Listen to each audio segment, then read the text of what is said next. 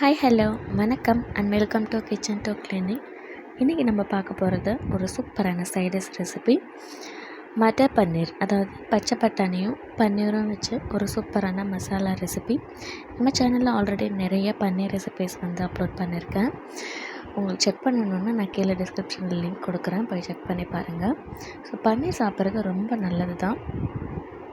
And நம்ம இந்த recipe பண்ணுறதுக்கு ரொம்ப டைம்லாம் எடுக்காது, ரொம்ப சிம்பிளாக பண்ணிடலாம். பச்சை பட்டாணி சேர்த்து பண்ணுறது ஈஸியாகவும் இருக்கும், ரொம்ப டேஸ்டியாகவும் இருக்கும். எப்படி பண்ணுன்னு ஷேர் பண்ணுறவங்க. முதல்ல பட்டாணியை ஊற வச்சுக்கணும். நான் ஓவர் நைட்டு ஊற வச்சுருக்கேன். நீங்கள் மார்னிங் செய்ய போகிறீங்க ஆர் ஈவினிங் செய்ய போகிறீங்க அப்படின்னா மினிமம் 8 to 10 hours ஆகுது ஊற வச்சுக்கணும். அப்போ தான் சீக்கிரமாக வேகும். இல்லை நீங்கள் இமீடியட்டாக பண்ணணும், ஒரு 2 to 3 hours பண்ணணுன்னா நல்லா ஹாட் வாட்டரை ஹாட் பாக்ஸ் இருந்துச்சுன்னா அதில் சேர்த்துட்டு பட்டாணியை ஊற வச்சிங்கன்னா ஒரு 2 to 3 மணி நேரத்துலேயே சூப்பராக ஊறிடும். அதுக்கப்புறம் குக்கரில் சேர்த்துட்டு நம்ம வேக வச்சுக்கலாம். ஸோ இப்போ அதில் தேவையான அளவு தண்ணி சேர்த்துட்டு கூடவே கொஞ்சமாக உப்பும் சேர்த்துருக்கேன். ஒரு 3 விசில் விட்டு எடுத்தால் நமக்கு சூப்பராக வெந்துடும். இப்போ அது வெந்துருச்சு. அதை எடுத்துகிட்டு இதுக்கு ஒரு மசாலா நம்ம அரைச்சிக்கணும். அதுக்கு நான் ஒரு கடாயில் எண்ணெய் சேர்த்துட்டு ஒரு 2 பெரிய வெங்காயம் தின்னாக ஸ்லைஸ் பண்ணிவிட்டு சேர்த்துருக்கேன். ரஃப்பாக நம்ம எப்படி வேணால் கட் பண்ணிக்கலாம், ஏன்னா அதை வதக்கிட்டு நம்ம அரைக்க தான் போகிறோம். இதுக்கப்புறமா ஒரு மீடியம் சைஸ் தக்காளி சேர்த்துருக்கேன்.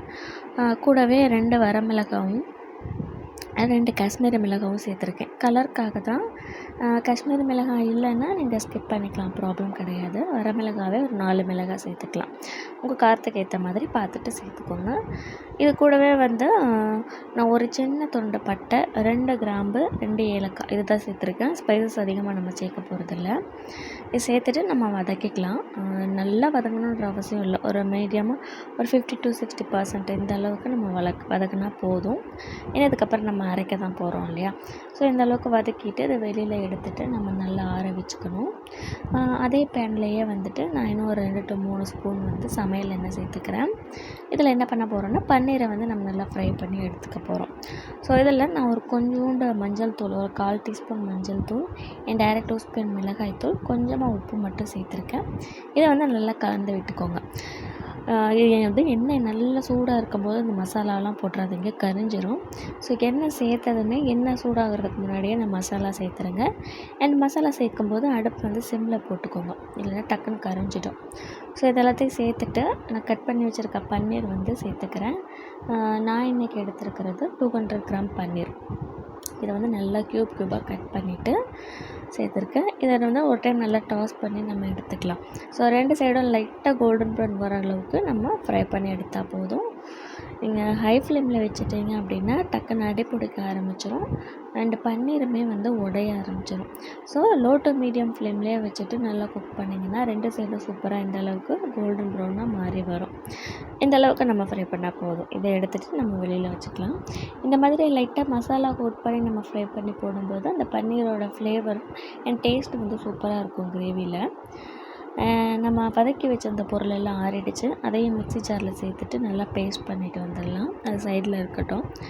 இப்போ நம்ம பன்னீர் மசாலா செய்ய ஆரம்பிச்சிடலாம். அதுக்கு தேவையான கடாயை நான் சூடு பண்ணியிருக்கேன். இதில் ஒரு 3 ஸ்பூன் சமையல் எண்ணெய் சேர்த்துருக்கேன். கூடவே 1 ஸ்பூன் நெய் சேர்த்துருக்கேன். உங்கள்கிட்ட பட்டர் இருந்தால் பட்டர் சேர்த்துக்கோங்க, அது இன்னும் டேஸ்ட்டு சூப்பராக இருக்கும். ஸோ இது எண்ணெய் நல்லா சூடானதும் தாளிப்புக்கு 1 ஸ்பூன் ஜீரகம் மட்டும் சேர்த்துருக்கேன். அண்ட் இது கூட அரை பெரிய வெங்காயம் சேர்த்துருக்கேன். வெங்காயம் ஜாஸ்தி இல்லை, வெங்காயமே வேணால் கூட நீங்கள் அப்படியே ஸ்கிப் பண்ணிக்கலாம்.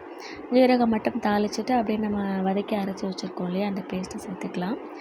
பட் நான் கொஞ்சமாக நமக்கு அங்கங்கே கறி பண்ணணும் இல்லையா, அதனால் ஒரு அரை வெங்காயம் மட்டும் சின்னதாக சாப் பண்ணிவிட்டு சேர்த்துருக்கேன். இது கூடவே இஞ்சி பூண்டு பேஸ்ட்டும் நான் சேர்த்துருக்கேன். என்கிட்ட பேஸ்ட்டாக இருந்ததுனால நான் இந்த டைம் சேர்த்துருக்கேன்.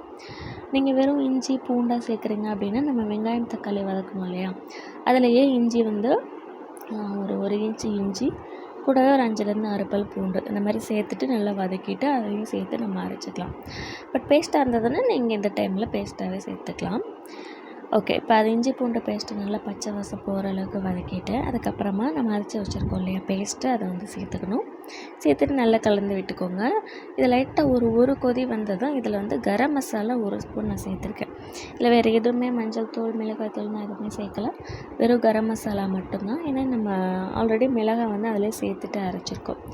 ஸோ நான் காஷ்மீரி மிளகாய் சேர்த்துருக்கனால உங்களுக்கு கலர் இந்த அளவுக்கு இருக்குது.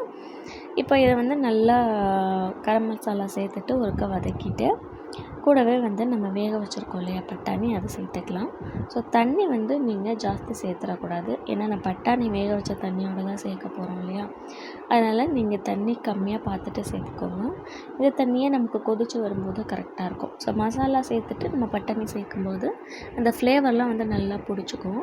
இப்போ இதை வந்து நம்ம ஹை ஃப்ளேமில் வச்சு நல்லா ஒரு கொதிக்க விடலாம். பாருங்கள், இந்த அளவுக்கு நமக்கு கிரேவி நல்லா கொதித்து தண்ணி வந்து லைட்டாக வற்றி வரும். ஸோ ரொம்ப வற்ற விட்டுறக்கூடாது, தண்ணி லைட்டாக வற்றி வரணும். இந்த அளவுக்கு நமக்கு வற்றி வரணும். பட்டாணியை வந்து நம்ம ஓரளவு குக் பண்ணிட்டோம் அப்படின்னா இந்த டைமில் கொஞ்சம் குக் ஆகும்போது நல்லாவே நமக்கு சாஃப்டாக வெந்து வந்துடும். இதை வந்து லைட்டாக கிளறி விட்டுக்கோங்க. இதே மெத்தடில் வந்து நீங்கள் உருளைக்கிழங்கும் போட்டு பண்ணலாம், அதுவும் சூப்பராக இருக்கும். அதுவும் ஆலு மட்டர் ரெசிபி நம்ம சேனல் ஆல்ரெடி போஸ்ட் பண்ணியிருக்கேன். டைம் இருந்தால் போய் செக் பண்ணி பாருங்கள். இப்போ இதில் வந்து ஃபைனலாக நம்ம ஃப்ரை பண்ணி வச்சுருக்க பன்னீரை வந்து சேர்த்துக்கலாம். கூடவே தேவையான உப்பு சேர்த்துக்கிறேன். உப்பு வந்து பார்த்துட்டு சேர்த்துக்கோங்க. ஏன்னா ஆல்ரெடி நம்ம பட்டாணிலையும் உப்பு போட்டு தான் வேக வச்சுருக்கோம். அண்டு பன்னீரும் வந்து நான் உப்பு போட்டு தான் ஃப்ரை பண்ணியிருக்கேன் இல்லையா. ஸோ உப்பு செக் பண்ணிவிட்டு வேணும்னா சேர்த்துக்கோங்க. எனக்கு கொஞ்சமாக கம்மியாக இருந்த மாதிரி இருந்தது, அதனால் நான் இந்த டைமில் சேர்த்துட்டு இதை நல்லா வந்து கலந்து விட்டுக்கலாம். இதுக்கப்புறமா நம்ம இதை அதிகமாக குக் பண்ண போகிறதில்ல, ஏன்னா ரொம்ப திக்காகிடும். ஸோ பன்னீர் வந்து சேர்த்துட்டு லைட்டாக ஒரு 2 to 3 மினிட்ஸ் மட்டும் நம்ம மீடியம் ஃப்ளேமில் வச்சா போதும். இப்போ நான் ஒரு 2 நிமிஷத்துலேயே ஓப்பன் பண்ணிவிட்டேன். பாருங்கள், நல்லா திக்காகிட்டு வந்திருக்கு. பன்னீரும் நமக்கு நல்லா சாஃப்டாக இருக்கும். இதுக்கு மேலே வச்சிங்கன்னா உங்களுக்கு ஹார்டாக ஆரம்பிச்சிடும். ஸோ ஃபைனலாக கொஞ்சமாக கொத்தமல்லி மட்டும் சாப் பண்ணிவிட்டு சேர்த்துருக்கேன். உங்கள்கிட்ட கசூரி மெத்தி இருந்தால் அதை சேர்த்துக்கோங்க, அது இன்னும் நல்லா ஃப்ளேவராக இருக்கும். இல்லைன்னா பரவாயில்ல, ஃப்ரெஷ்ஷாக கொத்தமல்லியே வந்து நம்ம சேர்த்துக்கலாம், அதுவும் நல்லதாக இருக்கும். ஸோ அவ்வளோதான், கொத்தமல்லி சேர்த்துட்டு நான் ஸ்டவ் ஆஃப் பண்ணிவிட்டேன். அவ்வளோதான், சூப்பரான நமக்கு மட்டர் பன்னீர் வந்து ரெடி ஆகிடுச்சு. ஃப்ரெஷ்ஷாக வந்து உங்களுக்கு பச்சை பட்டாணி கிடைக்குன்னா கண்டிப்பாக அதுலேயே சேர்த்து பண்ணுங்கள், அதுவும் டேஸ்ட்டாக சூப்பராக இருக்கும். இல்லை அப்படின்னா இந்த மாதிரி பட்டாணி ஊற வச்சுட்டு வேக வச்சுட்டு பண்ணலாம், ரெண்டுமே நல்லா தான் இருக்கும். அவ்வளோதான், நம்மளோட டேஸ்டியான மட்டர் பன்னீர் ரெடி ஆகிடுச்சு.